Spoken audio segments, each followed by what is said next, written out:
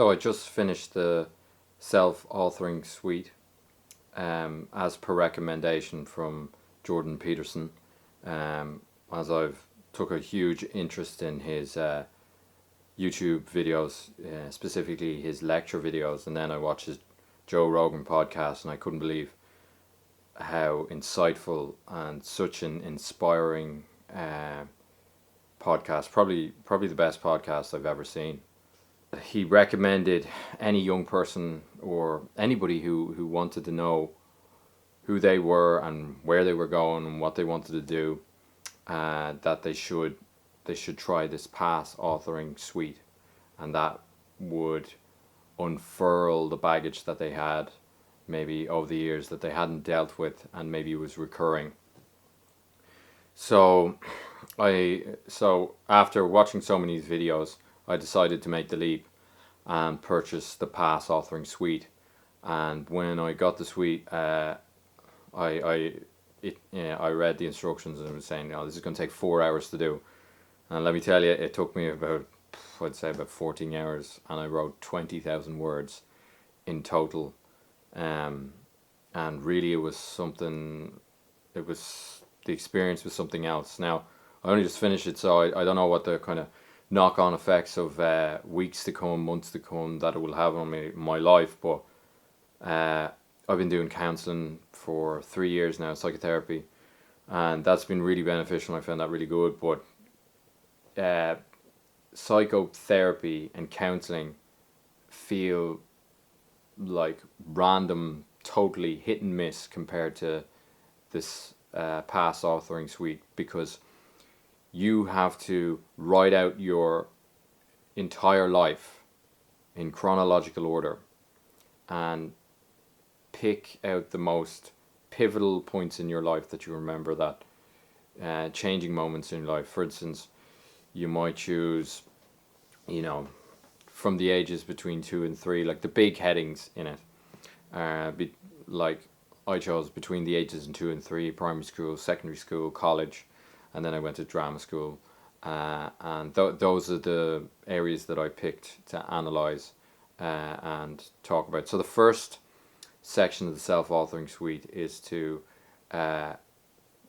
pick those big headings, as I said, and then under the heading of, say, primary school, select 6 events during that time, and then describe in detail what happened to you in those events.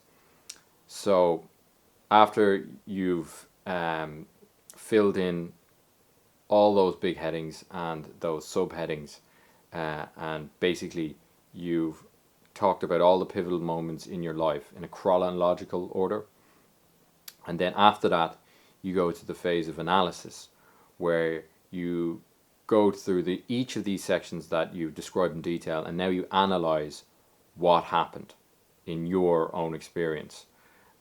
Were they positive and negative emotions that went on? What were you feeling at the time? Why did you think you did that? And it asks you so many questions in so much detail that you'd never ask yourself those questions in your mind or even write them down.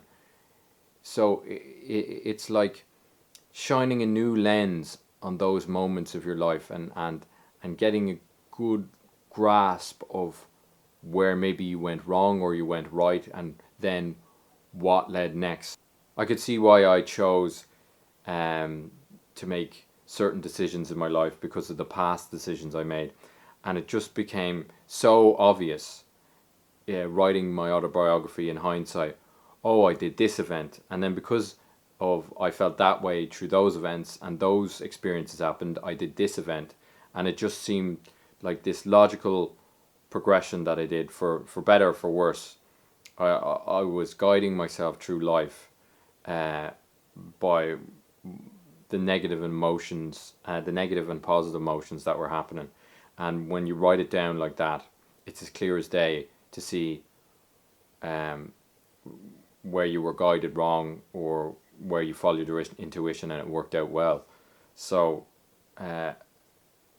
you really get a good grasp of who you are when you do that, and what kind of person you are, and like what roles you were playing as well at the time.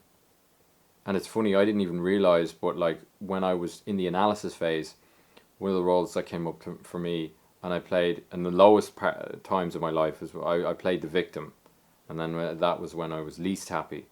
But if someone asked me before I did the past authoring suite, what pretend roles may have you played in the past, I would have never said victim. And some other roles came up again at different points in my life, or some events when I was really young repeated themselves when I was in my early to mid 20s. So that's crazy to see that just written down like that. You can compare and contrast the events that happened in your life and where they were similar, where they were different, where you succeeded, where you failed, where there was positive emotions, where there was negative emotions involved. And I think it's just lifted this big weight off me, for really going forward in the future, because I think I'll be more aware of the pitfalls. So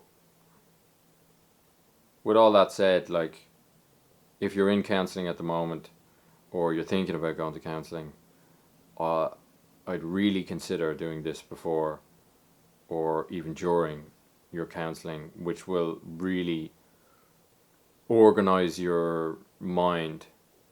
And I think it alleviated a lot of suffering for me and a lot of blame on myself. And if anything, I've a lot more empathy for my younger self, and I don't that resentment that I had for those events has been alleviated because I was struggling in certain areas at certain times in my life, and that's where the resentment came from. And now I can see that, you know, I think it's just an amazing gift you can give yourself.